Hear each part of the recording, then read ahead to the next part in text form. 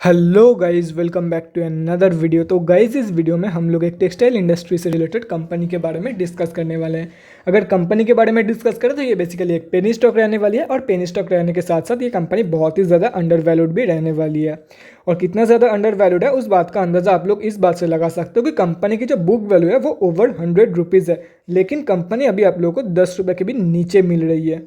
ठीक है, तो मतलब आप लोग समझ चुके होंगे कि कितना ज़्यादा अंडर वैल्यूड है कंपनी। एंड उसके साथ साथ कंपनी आप लोगों को लास्ट 52 वीक में करीब 100% के आसपास की रिटर्न भी दे रही है। तो गाइज, इस वीडियो में हम लोग बेसिकली 3 पॉइंट कवर करेंगे। So the first point is fundamental analysis. यहाँ पे हम लोग देखेंगे कि कंपनी कौन सी है एंड कंपनी फंडामेंटली कैसी है for short term trade and long term investment purpose. Second point is volume analysis. Volume को एनालाइज करके हम लोग फ्यूचर ट्रेंड के बारे में अंदाज़ा लगाने की कोशिश करेंगे। And the third point is technical analysis. यहाँ पे हम लोग डिस्कस करेंगे डिफरेंट टेक्निकल्स के बारे में, मतलब कहाँ पे आप लोग बाई करके चल सकते हो एंड क्या आप लोगों की टारगेट रहने वाली है। तो गाइज, बिना टाइम वेस्ट किए पहली पॉइंट की तरफ बढ़ते हैं और देखते हैं कि कंपनी कौन सी है एंड कंपनी फंडामेंटली कैसी है। तो गाइज, यहाँ पे आप लोग कंपनी का नेम देख सकते हो, मोहता इंडस्ट्रीज लिमिटेड। बेसिकली ये एक टेक्सटाइल्स इंडस्ट्री से रिलेटेड एक कंपनी रहने वाली है। अगर यहाँ पे आप लोगों को पढ़ना है तो पॉज करके पढ़ लेना। अगर इससे भी डिटेल में कुछ जानकारी चाहिए कंपनी के बारे में तो कंपनी के वेबसाइट में जाके आप लोग डेफिनेटली चेक कर सकते हो। Company both BSE and NSE में लिस्टेड है। मार्केट कैप के बारे में डिस्कस करें तो अराउंड 10 करोड़ के आसपास की कंपनी की मार्केट कैप है। और यहाँ पे आप लोग चेक कर सकते हो कंपनी की जो करंट मार्केट प्राइस है वो अराउंड 7 रुपये के आसपास है, लेकिन कंपनी की जो बुक वैल्यू है वो 103 रुपये के आसपास निकल के आ रही है। यहाँ पे अगर लास्ट 52 वीक के रिटर्न के बारे में डिस्कस करें तो करीब 100% के आसपास वो निकल के आ रही है। डिविडेंड कंपनी देती नहीं है, फेस वैल्यू 10 की है एंड प्रोमोटर्स की होल्डिंग 25.1% प्लेज रखा है। बाकी कंपनी में मैक्सिमम चीज़ें नेगेटिव में ही देखने को मिलेगी, जैसे कि आप लोग यहाँ पे देख सकते हो। एंड अगर प्रोज एंड कॉन्स के बारे में डिस्कस करें, प्रोज में सिर्फ एक ही पॉइंट है कि कंपनी जो है वो बुक वैल्यू से सस्ते में आप लोग को मिल रही है। बाकी सब कुछ कॉन्स में है, यहाँ पे भी आप लोग चेक कर सकते हो। लास्ट 5 साल की सेल्स ग्रोथ एंड लास्ट 3 साल की रिटर्न ऑन इक्विटी दोनों ही नेगेटिव में रहने वाली है। उसके साथ साथ कंपनी हैज़ हाई डेब्ट डेज ऑफ 2701.09 डेज। एंड अगर क्वार्टरली रिजल्ट के बारे में डिस्कस करें तो कैसे यहाँ पे एक चीज़ नोटिस कर पा रहे होंगे आप लोग, पहले कंपनी के पास 100 करोड़ के आसपास की सेल्स होती थी।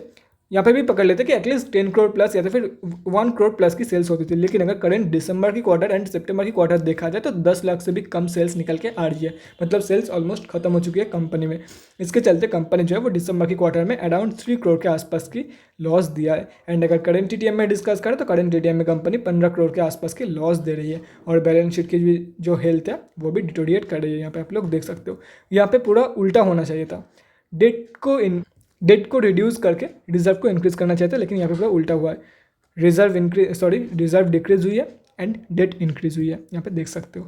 और अगर कैश फ्लोज के बारे में डिस्कस करें तो कैश फ्लोज के रिगार्डिंग कोई भी लेटेस्ट अपडेट नहीं है, तो डायरेक्टली चलते हैं शेयर होल्डिंग पैटर्न में। तो गाइस, यहाँ पे अगर ओवरऑल देखा जाए तो 3 साल के कंपैरिजन में कोई भी बदलाव यहाँ पे देखने को नहीं मिला है। 3 साल पहले भी जो था 3 साल बाद भी वही है। प्रोमोटर्स में अगर जानना है कि कौन कौन है, यहाँ पे आप लोग चेक कर सकते हो प्रोमोटर्स में किस किस का पैसा लगा हुआ है। अगर पब्लिक में डिस्कस करें तो यहाँ पे 4 बड़े रिटेलर की होल्डिंग है, यहाँ पे आप लोग चेक कर सकते हो। अगर ये सब कुछ कैलकुलेट करते हो तो हम जैसे छोटे मोटे रिटेलर की जो होल्डिंग है वो अराउंड 50% के आसपास निकल के आ रही है। अभी कंक्लूजन पे आते हैं कि कंपनी एक्चुअली कैसी रहने वाली है for short term trade and long term investment purpose. मैं दोनों के लिए ही रिकमेंड बिल्कुल भी नहीं करने वाला हूँ।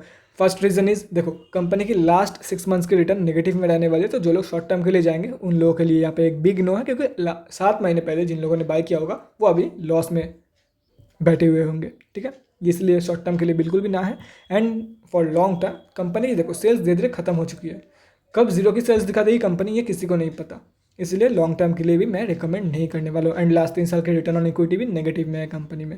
ये सभी रीजन की वजह से मैं लॉन्ग टर्म के लिए भी रिकमेंड नहीं करने वाला हूँ। अगर कंपनी के ऊपर भरोसा है आप लोगों की कि हाँ कंपनी के ऊपर भरोसा है, फ्यूचर में चल के आगे कंपनी मुझे प्रॉफिट बना के दे के जा सकती है, then you can definitely go for it. Otherwise I will not recommend you for long term investment and short term trade also. ये तो हो गया फर्स्ट पॉइंट। अभी हम लोग बढ़ते हैं सेकंड पॉइंट की तरफ और देखते हैं कि आज कंपनी में क्या हुआ है बेसिकली। तो गाइज, यहाँ पे हम लोग NSE के वेबसाइट पे आ चुके हैं। कंपनी जो है वो निफ्टी 500 में लिस्टेड है। अगर आज एक चीज़ नोटिस कर पा रहे होंगे तो कंपनी जो है वो लोअर सर्किट से, लोअर प्राइस बैंड से डायरेक्ट अपर सर्किट में क्लोजिंग करी है। लोअर सर्किट टच करके अपर सर्किट में क्लोजिंग करी है आज कंपनी में अगर ट्रेडेड वॉल्यूम के बारे में डिस्कस करें तो 37,310 क्वांटिटी में ट्रेड लिया गया है, जिसका वैल्यू 2.44 लाख रुपीज़ के आसपास निकल के आ रही है। एंड अगर पेंडिंग ऑर्डर क्वांटिटी के बारे में डिस्कस करें तो 5787 बाइंग ऑर्डर पेंडिंग है एट वेरियस प्राइस पॉइंट।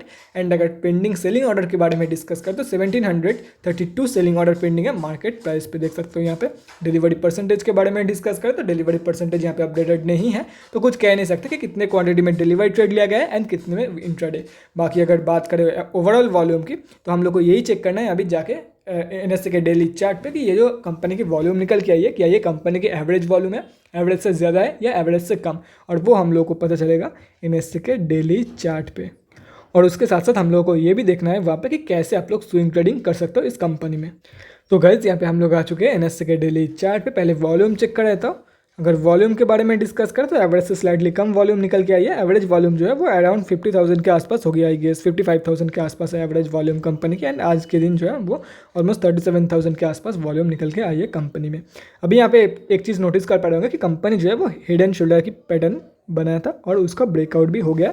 उसके बाद कंपनी ने रिट्रेसमेंट भी ले लिया है, उसके बाद अभी कंपनी नीचे जा रही है। तो यहाँ पे 2-3 चीज़ें हो सकती है। देखो गाइस, आइदर कंपनी 6.05 ये जो एक स्ट्रॉन्ग सपोर्ट है कंपनी के लिए, जैसे कि आप लोग यहाँ पे देख सकते हो, ये एक स्ट्रॉन्ग सपोर्ट रहने वाली है कंपनी के लिए। तो हो सकता है कि कंपनी यहाँ से सपोर्ट ले ले और कंपनी यहीं पर कंसोलिडेट करते रह जाए, ये भी हो सकता है। कंपनी यहाँ पे कंसोलिडेट करे, ये भी हो सकता है कि कंपनी यहाँ पे बाउंस बैक देके ऊपर चले जाए, और ये भी हो सकता है कि कंपनी यहाँ से नीचे की लेवल जो सबसे लोएस्ट सपोर्ट है कंपनी की 4.15 की लेवल, यहाँ से यहाँ तक चले जाए, ठीक है। और ये जो 4.15 की लेवल है ये ऑल टाइम लो रहने वाली है, 52 वीक लो नहीं, ऑल टाइम लो, मतलब इससे नीचे कभी कंपनी गई नहीं। तो ये एक स्ट्रॉन्गेस्ट सपोर्ट है अमंग ऑल दिस सपोर्ट निकल के आ रही है। तो अगर यहाँ से नीचे गिर जाती है तो हो सकता है 1 रुपये की भी लेवल कंपनी दिखा सकती है, लेकिन उसके चांसेस अभी कम है कंपनी में। बाकी स्टॉक मार्केट है, कुछ भी इम्पॉसिबल नहीं है, everything is possible in stock market. तो देखो, चाहे बाउंस बैक कहीं से भी दे, बाउंस बैक कंफर्मेशन के बाद बाई करना है फॉर दी अपर टारगेट। अगर कंपनी मान लेता है कि 6.05 के लेवल से बाउंस बैक दे रही है तो बाउंस बैक कंफर्मेशन के बाद बाई करो for the target of 6.85 and 7.8। अगर मान लेता है कि 4.15 के लेवल से बाउंस बैक दे रही है तो अगर 4.15 के लेवल से बाउंस बैक देती है तो एक साथ आराम से 2-3 टारगेट, क्या 3-4 टारगेट भी कंपनी आसानी से अचीव करा सकती है, बड़ी आसानी से, क्योंकि ये एक बहुत ही स्ट्रॉन्ग सपोर्ट है, बहुत ही स्ट्रॉन्ग। ये कंपनी की ऑल टाइम लो है, मतलब समझ सकते हो, इससे नीचे कंपनी कभी गई ही नहीं है पहले, ठीक है। अगर कंपनी यहाँ से बाउंस बैक दे तो आराम से 3-4 सपोर्ट के लिए, मतलब 3-4 टारगेट्स के लिए आराम से इसको होल्ड करके रख सकते हो इस कंपनी को। और रही बात अगर कंपनी बाई चांस यहाँ से 6.85 के ऊपर क्लोजिंग कर देते तो इसके ऊपर जो कंपनी ने क्लोजिंग करी है 6.85 के ऊपर कंपनी ने जो क्लोजिंग करी है उसकी कंफर्मेशन के बाद बाई करके चलो for the target of 7.8, 10.65, 11.9 and so on. तो गाइस यहाँ पे आप लोगों के सामने सभी के सभी टारगेट्स मेंशन किया हुआ है, सभी के सभी इंपॉर्टेंट लेवल्स मेंशन किया हुआ है। तो गाइस अगर आप लोग चाहते हो तो यहाँ पे स्क्रीनशॉट लेकर रख सकते हो, ये सभी के सभी लेवल्स की यहाँ पे कहीं पे नोट डाउन करना है तो वो भी कर सकते हो। मैंने करंट मार्केट प्राइस सीरीज कर दिया है ताकि बाद में कोई भी कंफ्यूजन ना हो रिगार्डिंग द लेवल्स। तो guys that's it for this video, अगले वीडियो में मिलते हैं गाइस, थैंक्स फॉर वॉचिंग। और गाइस अगर आप लोगों के मन में कोई भी डाउट या क्वेरी रहती है स्टॉक मार्केट या किसी भी स्टॉक से रिलेटेड तो कमेंट सेक्शन में कमेंट करके मुझसे पूछ सकते हो, या तो फिर मेरे इंस्टाग्राम का लिंक आप लोगों को डिस्क्रिप्शन बॉक्स में मिल जाएगा, जाके वहाँ पर मुझे डीएम कर सकते हो for an 1-on-1 conversation. Thanks again for watching guys, bye guys and definitely guys stay safe.